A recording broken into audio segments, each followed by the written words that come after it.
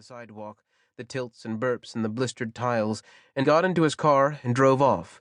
He told his wife nothing. She was busy upstairs with an order for a silver anniversary, and he didn't wish to panic her. But because he had shared his fears with neither his wife nor Mr. Munga, whom he had batted off with an excuse, he was more fearful than he otherwise would have been. Strangely, though, as he drove, his mind was not on his boys, but on their friend, Mansoor Ahmed, who was the same age as the older one, Tushar. Vikas would never be able to live it down if something happened to Mansoor. If he died on his watch, Mansoor, who had been born to the Ahmeds after 7 years of infertility and whom they protected with all their parental paranoia, only letting him go out to visit the Khuranas, whom they counted among their best and only Hindu friends. Vikas, for this reason, had a strong bond with the boy, stronger at times than the one he shared with his own sons.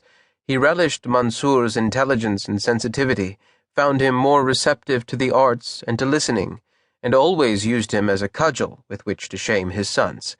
Vikas had always been self-hating when it came to family. When Mansoor came over, he tried to give him a taste of the freedom he was denied by his parents. Sending him with the boys instead of dropping him off personally had been his idea. Munga was right, though. Traffic was horrible, and almost out of petrol. The car swung uneasily through the rush-hour streets, its needle shaking near E. "Shit, shit, shit," Vikas muttered, the panic in his heart displaced by the unperturbed pace of traffic. The boys had left together in an auto, flagging one down from Mathura Road even as the chaperoning servant kept telling them, "Move back, your mother's going to scold you." "I'll scold you," said Tushar, brimming with the manic energy that consumed him at dusk, the city with its ferocious horns and traffic and tired efflorescence not exactly helping matters. But when the boys got into the auto, squeezing their small brown legs together, they were quiet and serious as they expected auto riders to be. They watched the traffic from the open sides of the vehicle and occasionally pointed out fancy cars to each other. "Why, the new model of the Rover Montego's come out?" Nakul, the younger one, asked. "They make them in Oxford," Tushar said. "Where are we going? Can you please tell me?" the alcohol-scented auto driver asked. "Let's go to Lajpat Nagar first," Tushar said. "That's okay, no?" he said, turning to Mansoor. Mansoor grinned. He knew he was supposed to be dropped home first, but he liked being bossed around by rebellious people so he could break the rules and be let off the hook. At 12, Mansoor had an amazing, ingratiating grin and a mouthful of crooked teeth that would never be fixed. A few minutes later, the boys strolled around Lajpat Nagar together, Tushar teasing Mansoor and slapping his back, and Nakul carrying himself proudly, combing his hair and fine-tuning it with his fingers like a radio. "That's the framing shop where we got that Founders' Day photo framed," Nakul said. "We bought sorry and backgammon from the shop behind it. They sell classy English willow bats there," Tushar chimed in, though he was a terrible cricketer.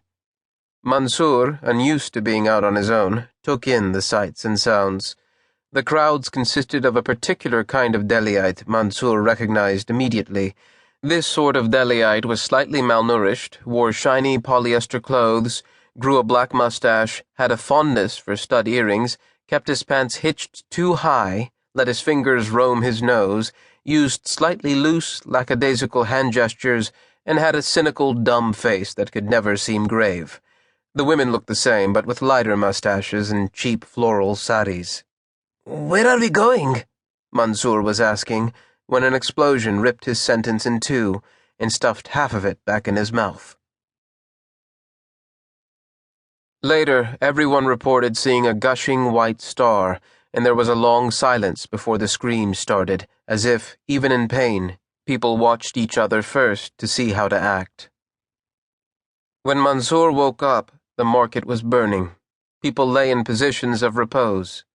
Mothers were folded bloodily over daughters, office-going men were limp on their backs with briefcases burning beside them, and shopkeepers crawled on their elbows while cars burst into flames inches from their faces. Through a woman's ripped kurta, Mansoor spied his first breast. His own wrist was oozing blood, but the sensation was far from him, like something hidden in another corner of the market. People began climbing over the corpses with the guilty look